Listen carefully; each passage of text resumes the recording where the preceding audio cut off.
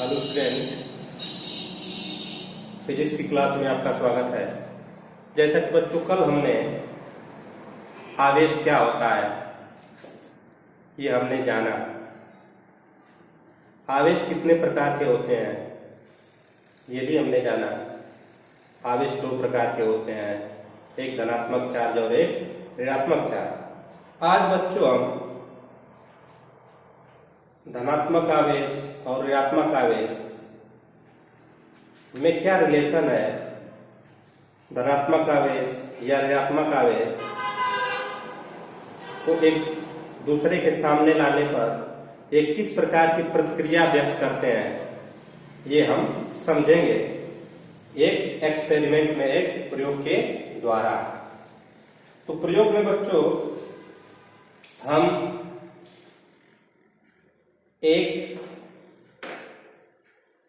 ये कांच की छड़ है, मानिए कि ये कांच की छड़ है और कांच की छड़ को बच्चों हमने रेशम से ऐसा रगड़ दिया। जब बच्चों इसको हमने ऐसा रगड़ दिया तो कांच की छड़ आवेशित हो जाती है और ये हम मान के चल रहे हैं बच्चों, ये माना गया है कि जो कांच की छड़ है इस पर प्लस चार्ज है, तो कांच की छड़ आवेशित हो गई। अब एक दूसरी कांच की छड़ हम लेते हैं, एक दूसरी कांच की छड़ लेते हैं और इसको भी हम रेशम के कपड़े से या रेशम से ऐसे हम रगड़ते हैं। रगड़ने के बाद बच्चों ये दूसरी प्रकार की छड़ भी आवेशित हो जाती है, इस पर भी धनात्मक आवेश आ जाता है। ये इस कांच पर भी धनात्मक आवेश, इस कांच पर भी धनात्मक आवेश। अब हम ये जानना चाहते हैं कि ये दोनों आवेश यदि एक दूसरे के पास आते हैं तो क्या प्रतिक्रियाएं होती हैं, क्या इफेक्ट पड़ता है, इसको हम जानना चाहते हैं। तो हमने दोनों छड़ों को एक धागे में ऐसा लटका दिया। धागे में आप देखिए एक कांच की छड़ है और ये भी एक कांच की छड़ है, दोनों को हमने धागे में स्वतंत्र रूप से लटका दिया। क्योंकि जब दोनों छड़ आवेशित नहीं थे, तो इसको हमने धागे में लटकाया था तो एक दूसरे के, मान लीजिए कि एक दूसरे के समांतर थी, एक दूसरे के समांतर थी। जब आवेशित नहीं थी तो एक दूसरे के ऐसे समांतर थी या इधर उधर मुड़ी हुई हो सकती है, ये मान सकते हैं। अब पहली प्रकार की कांच की छड़ को हमने रेशम से रगड़ा, दूसरी प्रकार की कांच को भी हमने रेशम से रगड़ा और धागे में स्वतंत्र रूप से ऐसे लटका दिया। लटकाने के बाद हम देखते हैं कि ये दोनों छड़ें एक दूसरे से दूर हट जाती हैं, ऐसा एक दूसरे से दूर हट जाती हैं इस तरह से। जब आवेश नहीं है स्टूडेंट तो ऐसे ही है, लेकिन जब आवेशित करने के बाद धागे में ऐसा हम लटकाते हैं तो ये दोनों एक दूसरे से ऐसे दूर हट जाती है। तो इससे क्या निष्कर्ष निकलता है? इससे निष्कर्ष निकलता है कि कांच पर, इस वाले कांच पर और इस वाले कांच पर, दोनों ही कांच पर धनात्मक आवेश है और धनात्मक आवेश एक दूसरे को क्या करते हैं? प्रतिकर्षित करते हैं। ये सिद्ध होता है स्टूडेंट इससे, यानी दो धनात्मक आवेश एक दूसरे को प्रतिकर्षित करते हैं। ये दोनों छड़ें जो है एक दूसरे से दूर हट जाते हैं, प्रतिकर्षण होता है। अब फिर हमने एक दूसरे प्रकार की छड़ लिया, एबोनाइट की छड़ ली और एबोनाइट की छड़ को बच्चों हमने बिल्ली के खाल से रगड़ा। मान लीजिए कि एबोनाइट की छड़ है स्टूडेंट और ये बिल्ली की खाल है, इस पर हमने ऐसा इसको रगड़ दिया। एक प्रकार की छड़ ये है एबोनाइट, इसको बिल्ली की खाल पर ऐसा हमने रगड़ दिया। तो यह माना जाता है कि बिल्ली की खाल पर इसको जब हम रगड़ते हैं तो एबोनाइट की क्षण ऋणात्मक आवेशित हो जाती है। तो ये पहली प्रकार की क्षण ऋणात्मक आवेशित हो गई। अब दूसरी प्रकार की क्षण लेते हैं, दूसरी प्रकार की एबोनाइट की क्षण है, इसको हम बिल्ली की खाल पर रगड़ते हैं ऐसा। ये भी दूसरी प्रकार की एबोनाइट की क्षण ऋणावेशित हो जाती है। अब इन दोनों एबोनाइट के क्षणों को हम स्वतंत्र अवस्था में धागे से बांध कर लटका देते हैं, धागे से बांध करके लटका देते हैं। चूंकि एबोनाइट की क्षण पर भी ऋणात्मक आवेश, दोनों एबोनाइट की क्षण पर इस समय क्या है, ऋणात्मक आवेश है। तो हम ये देखते हैं स्टूडेंट कि पुनः ये दोनों छड़ें जो है, ये दोनों छड़ें पुनः प्रतिकर्षित हो जाती हैं, एक दूसरे से दूर हट जाती हैं। तो निष्कर्ष क्या मिलता है स्टूडेंट? निष्कर्ष ये मिलता है कि ऋणात्मक आवेश, दो ऋणात्मक आवेश या दो से अधिक ऋणात्मक आवेश एक दूसरे को प्रतिकर्षित करते हैं। अर्थात समान चिन्ह के दो आवेश, समान चिन्ह के दो आवेश एक दूसरे को प्रतिकर्षित करते हैं। जैसे प्लस प्लस एक दूसरे को प्रतिकर्षित करेंगे, माइनस माइनस एक दूसरे को प्रतिकर्षित करेंगे। अब स्टूडेंट हम तीसरे एक्सपेरिमेंट की तरफ चलते हैं इधर। अब हमने क्या किया स्टूडेंट कि एक कांच की छड़ लिया, एक कांच की छड़ लिया और इस कांच की छड़ को रेशम से हमने रगड़ दिया, रेशम से ऐसा हमने रगड़ दिया। तो कांच के ऊपर स्टूडेंट क्या आ जाएगा, धनात्मक आवेश आ जाएगा। और एबोनाइट को हमने, मान लीजिए कि एबोनाइट है, तो एबोनाइट को हमने बिल्ली के खाल से रगड़ दिया, बिल्ली के खाल से रगड़ दिया स्टूडेंट। तो एबोनाइट के क्षण पर ऋणात्मक आवेश आ गया। अब दोनों छड़ों को हमने स्वतंत्र रूप से धागे से बांध कर लटका दिया। तो हम देखते हैं कि ये दोनों छड़ें एक दूसरे को आकर्षित करती हैं, एक दूसरे को आकर्षित करती हैं, एक दूसरे के पास चली आती हैं। तो इससे निष्कर्ष यह निकलता है कि विपरीत प्रकृति के आवेश, विपरीत प्रकृति के आवेश एक दूसरे को आकर्षित करते हैं। इन दोनों में अट्रैक्शन होता है, आकर्षण होता है। अर्थात एक प्लस चार्ज रहेगा और एक माइनस चार्ज रहेगा। तो ये दोनों चार्ज बच्चों एक दूसरे को आकर्षित करेंगे। और यदि दो धनात्मक आवेश रहेंगे तो एक दूसरे को प्रतिकर्षित करेंगे, दो ऋणात्मक आवेश रहेंगे तो एक दूसरे को प्रतिकर्षित करेंगे। लेकिन एक धनात्मक आवेश और एक ऋणात्मक आवेश यदि है तो वह एक दूसरे को आकर्षित करेंगे। तो बच्चों ये रहा एक्सपेरिमेंट। इस एक्सपेरिमेंट से बच्चों हमने जाना कि जब दो विपरीत, जब आवेश एक दूसरे के संपर्क में आते हैं तो उसमें क्या प्रतिक्रियाएं होती हैं। अब तो स्टूडेंट कुछ बच्चे सोच रहे होंगे कि कांच को जब हम रेशम से रगड़े हैं तो कांच धनात्मक हो गया है, तो क्या कांच पर सदैव धनात्मक आवेश रहेगा? तो बच्चों यह इस बात पर डिपेंड करता है कि कांच को आप किस पदार्थ से रगड़े हैं। यह भी हो सकता है किसी ऐसे पदार्थ से आप कांच को रगड़ सकते हैं कि कांच ऋणात्मक आवेशित हो सकता है। क्योंकि कांच को हमने रेशम से रगड़ा है तो कांच धनात्मक हो गया है। यह भी हो सकता है कि कांच को किसी दूसरे पदार्थ से रगड़ दिया जाए तो कांच ऋणात्मक आवेशित भी हो सकता है। यह उस पदार्थ पर डिपेंड करता है कि आप किस पर रगड़ रहे हैं। तो इन सब एक्सपेरिमेंट से बच्चों निष्कर्ष क्या निकलता है?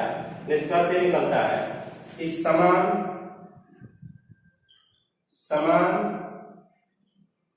प्रकृति के आवेश, समान प्रकृति के आवेश का मतलब प्लस प्लस या माइनस माइनस, धनात्मक या ऋणात्मक ऋणात्मक, एक दूसरे को प्रतिकर्षित करते हैं, प्रतिकर्षित प्रतिकर्षित करते हैं तथा विपरीत प्रकार के आवेश एक दूसरे को विपरीत प्रकार के आवेश अर्थात प्लस माइनस एक प्लस और एक माइनस एक दूसरे को आकर्षित करते हैं। एक दूसरे को आकर्षित स्टूडेंट इधर देखिए, एक दूसरे को आकर्षित करते हैं, अब कुछ बच्चों हमने एक्सपेरिमेंट के द्वारा, प्रयोग के द्वारा कुछ पदार्थ हमने लिया है, उसको हम लिखते हैं। तो स्टूडेंट प्रयोग द्वारा हमें यह ज्ञात हुआ कि यदि हम लोहे की छड़ को सिल्क से रगड़ दें, तो लोहे की छड़ धनात्मक आवेशित हो जाती है और सिल्क जो है ऋणात्मक आवेशित हो जाता है। क्योंकि बच्चों यदि लोहे की छड़ धनात्मक आवेशित होगी तो आपको पता है कि लोहे की छड़ से कुछ इलेक्ट्रॉन निकल के सिल्क के अंदर चले जाएंगे, तो सिल्क में इलेक्ट्रॉनों की संख्या अधिक हो जाएगी और लोहे की छड़ में इलेक्ट्रॉनों की संख्या कम हो जाएगी।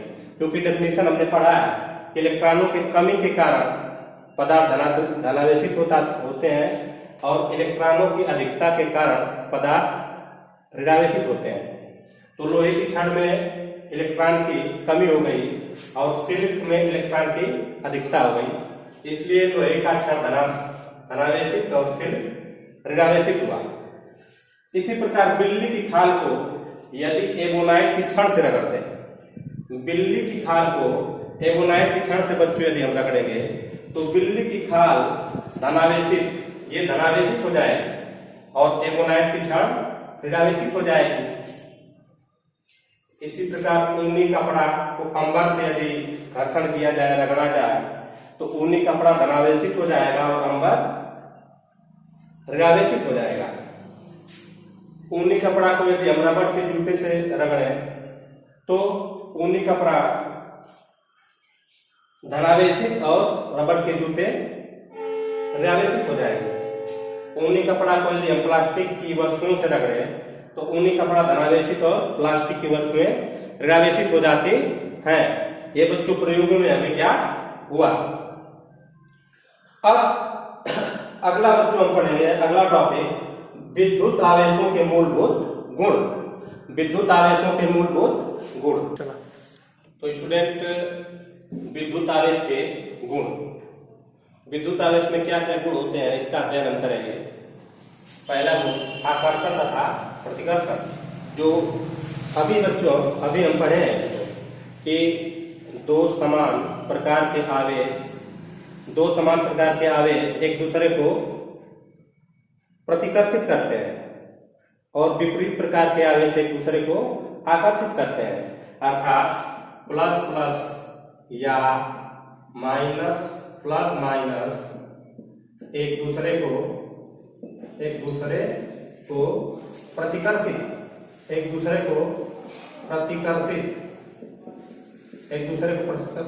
करते हैं, ठीक।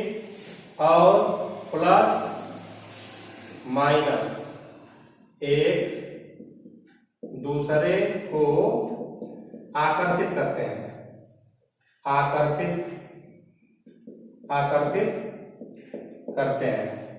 यह आवेश का गुण है। दो सेम चार्ज रहेंगे, सेम प्रकृति के चार्ज रहेंगे तो एक दूसरे को प्रतिकर्षित करेंगे। विपरीत प्रकार के आवेश रहेंगे तो एक दूसरे को आकर्षित करेंगे। आवेश संरक्षण का नियम दूसरा है स्टूडेंट, आवेश संरक्षण का नियम। ये नियम क्या कहता है कि किसी विलगित निकाय अर्थात आइसोलेटेड सिस्टम में उपस्थित कुल आवेश नियत होते हैं, कांस्टेंट होते हैं। अर्थात कहने का मतलब है बच्चों की ये कोई निकाय है, ये कोई सिस्टम है, ठीक। और मान लीजिए कि इसमें 6 आवेश हैं और आइसोलेटेड का मतलब कि एक ऐसे परिवेश में रखा गया है कि ना ही बाहर से इसको आवेश दिया जा सकता है, ना ही अंदर से आवेश बाहर दिया जा सकता है। यानी बाहर से भी आवेश नहीं देंगे और अंदर से बाहर भी आवेश नहीं निकालेंगे, आइसोलेटेड है पूरा। तो इसमें जो टोटल आवेश होते हैं वो नियत होते हैं। अब मान लीजिए इस पदार्थ को, इस निकाय को हम 2 भागों में तोड़ दिए, 2 भागों में तोड़ देंगे स्टूडेंट, तो मान लीजिए कि इस पार्ट में 2 आवेश आ गए, तो इस पार्ट में कितने आवेश आने चाहिए? टोटल आवेश क्या होते हैं? टोटल आवेश नियत होते हैं। तो इस पार्ट में भी 2 आवेश आ गए, तो इस पार्ट में कितने आवेश आने चाहिए? 4 आवेश आने चाहिए। तो आवेश बच्चों नहीं उत्पन्न किया जाता है, एकल आवेश नहीं उत्पन्न किया जा सकता है, नहीं नष्ट किया जा सकता है। ब्रह्मांड का टोटल नेट चार्ज 0 होता है, क्योंकि ब्रह्मांड में जितने प्लस चार्ज हैं उतने माइनस चार्ज होते हैं। तो टोटल नेट चार्ज हमारे ब्रह्मांड का, हमारे नेचर का 0 होता है, नियत होता है। आवेश को नहीं हम उत्पन्न कर सकते हैं, एकल आवेश को नहीं हम उत्पन्न कर सकते हैं और नहीं नष्ट कर सकते हैं। आवेश को एक बॉडी से दूसरे बॉडी में ट्रांसफर कर सकते हैं, भेज सकते हैं, क्योंकि हमारे ब्रह्मांड का संपूर्ण आवेश नियत होता है। आवेश को हम उत्पन्न भी नहीं कर सकते हैं और आवेश को नष्ट भी नहीं कर सकते हैं। आवेश को एक बॉडी से दूसरे बॉडी में हम ट्रांसफर कर देते हैं, भेज देते हैं। इसमें होता क्या है, जैसे किसी बॉडी से हम आवेश को दूसरे में भेज दिए, तो एक बॉडी में धनात्मक चार्ज हो जाएगा और एक बॉडी में ऋणात्मक चार्ज हो जाएगा। लेकिन स्टूडेंट पुनः यदि दोनों को हम मिला दें तो फिर वही पुराना जो चार्ज हमें पहले प्राप्त था वही मिल जाएगा। लेकिन बच्चों आधुनिक फिजिक्स, आधुनिक भौतिकी में ये बताया गया है कि इलेक्ट्रॉन आवेश युग्म के रूप में उत्पन्न किए जाते हैं और युग्म के रूप में विनाश भी होता है। जैसे इलेक्ट्रॉन का एक एंटीकण होता है पॉजिट्रॉन। जैसे ही इलेक्ट्रॉन और पॉजिट्रॉन आके एक दूसरे से टक्कर करते हैं, वैसे ही दोनों कणों का अस्तित्व समाप्त हो जाता है। अर्थात ब्रह्मांड से 2 आवेशित कण का अस्तित्व समाप्त हो जाता है। इसी प्रकार स्टूडेंट, अर्थात इलेक्ट्रॉन और पॉजिट्रॉन खत्म, और जब ये खत्म होते हैं बच्चों तो ऊर्जा में परिवर्तन हो जाते हैं। इनका मास चेंज हो जाता है ऊर्जा में, क्योंकि हम आधुनिक फिजिक्स में पढ़ेंगे बच्चों की ऊर्जा को द्रव्यमान में और द्रव्यमान को ऊर्जा में परिवर्तित किया जा सकता है। इसी प्रकार तो इलेक्ट्रॉन अकेले नहीं खत्म होता है, नहीं अकेले आता है, ये युग्म के रूप में होते हैं। यदि इलेक्ट्रॉन हमारे ब्रह्मांड से खत्म हो रहा है तो उसके साथ एक पॉजिट्रॉन भी खत्म होगा। सेम आवेश होता है पॉजिट्रॉन पर, इलेक्ट्रॉन प्लस में और पॉजिट्रॉन इलेक्ट्रॉन माइनस में और पॉजिट्रॉन प्लस में होता है, सेम चार्जेस होते हैं दोनों। तो हम मान लें स्टूडेंट की एक इलेक्ट्रॉन और एक पॉजिट्रॉन दोनों नष्ट हो गए, लेकिन हमारे नेचर में एक घटना घटती है कि जब कोई गामा फोटॉन किसी भारी नाभिक पे आके टकराता है तो गामा फोटॉन की संपूर्ण ऊर्जा नाभिक अवशोषित कर लेता है, भारी नाभिक अवशोषित कर लेता है, और उस नाभिक के अंदर से फिर एक नया इलेक्ट्रॉन और एक उसका एंटीकण पॉजिट्रॉन उत्पन्न होते हैं।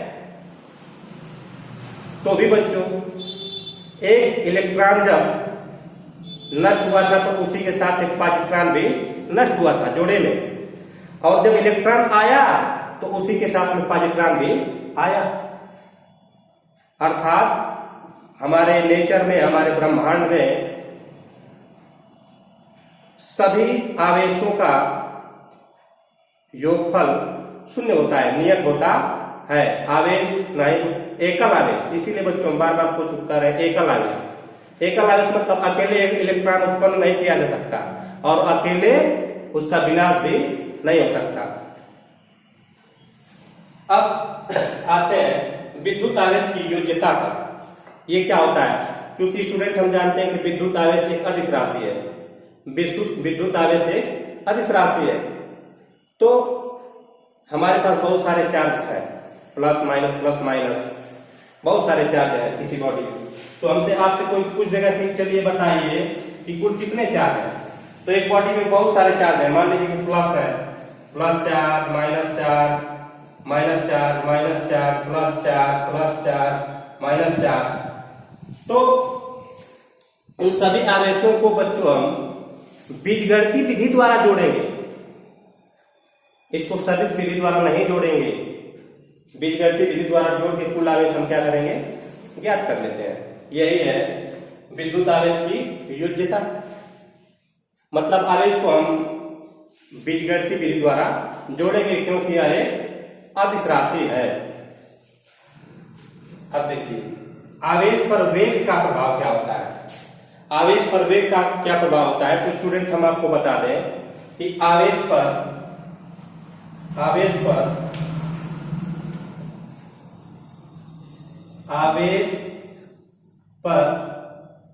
वेग का कोई प्रभाव नहीं पड़ता, कोई प्रभाव नहीं पड़ता। आवेश, ये देखिए आवेश पर वेग का कोई प्रभाव नहीं पड़ता। अर्थात बच्चों को यदि चार्ज पार्टिकल है और वो गति कर रहा है, बहुत ही तेजी से गति कर रहा है, तो क्या उसके आवेश पर कोई प्रभाव पड़ेगा? तो इसका जवाब है नहीं। जैसे मान लीजिए कि इलेक्ट्रॉन बहुत ही तेजी से गति कर रहा है, तो इलेक्ट्रॉन पर जो आवेश होता है 1.6 × 10⁻⁹ कूलम, क्या इस पर कोई परिवर्तन होगा? तो जवाब है स्टूडेंट कि नहीं। जब कोई आवेशित कण गति करता है तो उसके आवेश में कोई परिवर्तन नहीं होता है। हाँ, एक बात है बच्चों, आवेशित कण, जब कोई कण बच्चों गतिमान अवस्था में होता है, जब कोई कण गतिमान अवस्था में होता है तो उसका द्रव्यमान बढ़ जाता है, उसका द्रव्यमान बढ़ जाता है।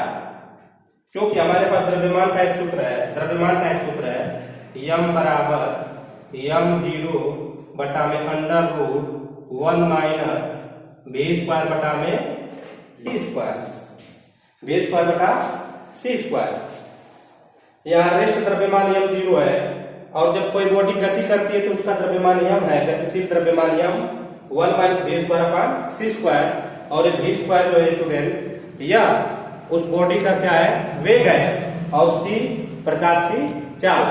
तो जब कोई पार्टिकल्स, जब कोई कण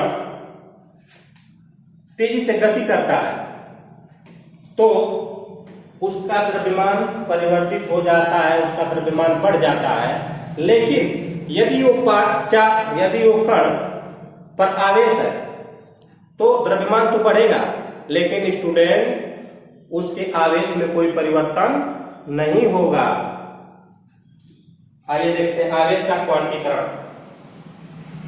आवेश के क्वांटीकरण में बच्चों, जब हम किसी बॉडी को आवेश देते हैं तो वह आवेश बॉडी सतत रूप में ग्रहण नहीं करती है, असतत रूप में ग्रहण करती है।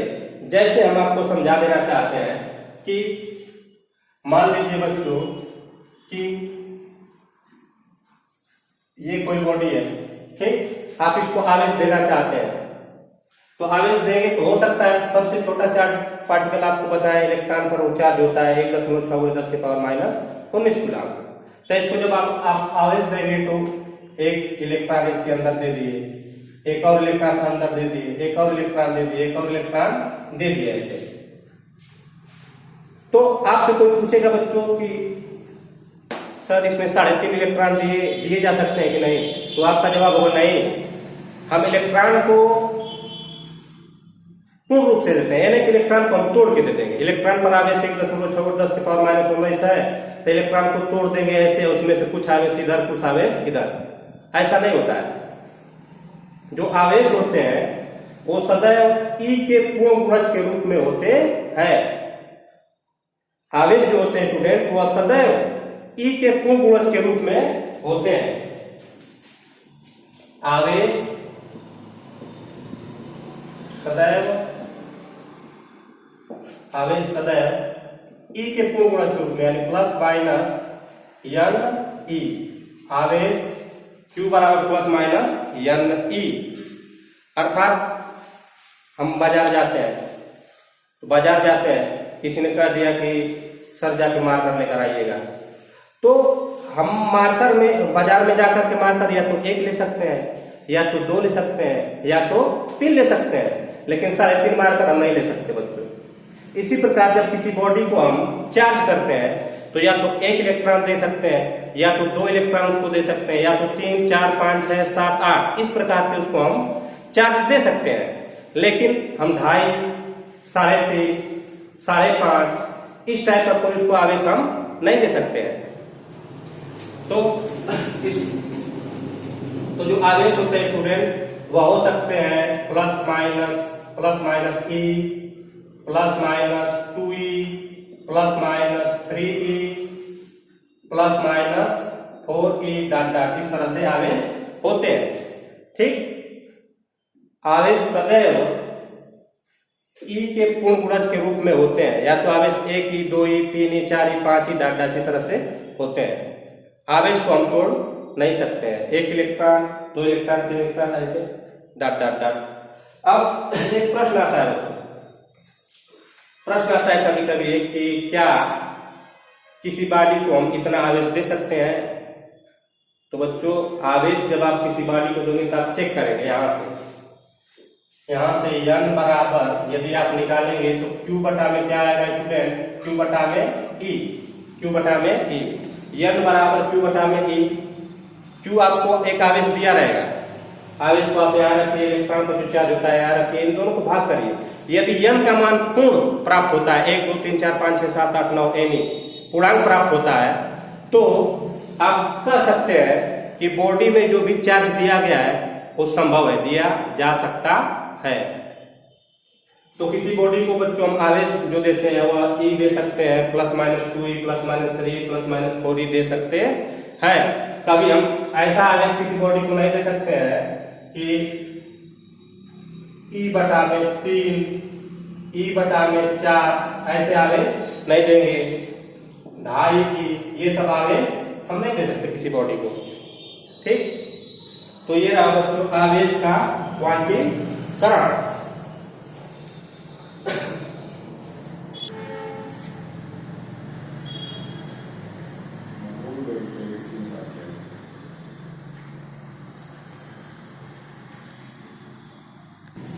तो स्टूडेंट आज की क्लास यहीं समाप्त होती है, और जिन विद्यार्थियों को फिजिक्स समझ में नहीं आ रही होगी वो कमेंट करके बताएं। धन्यवाद।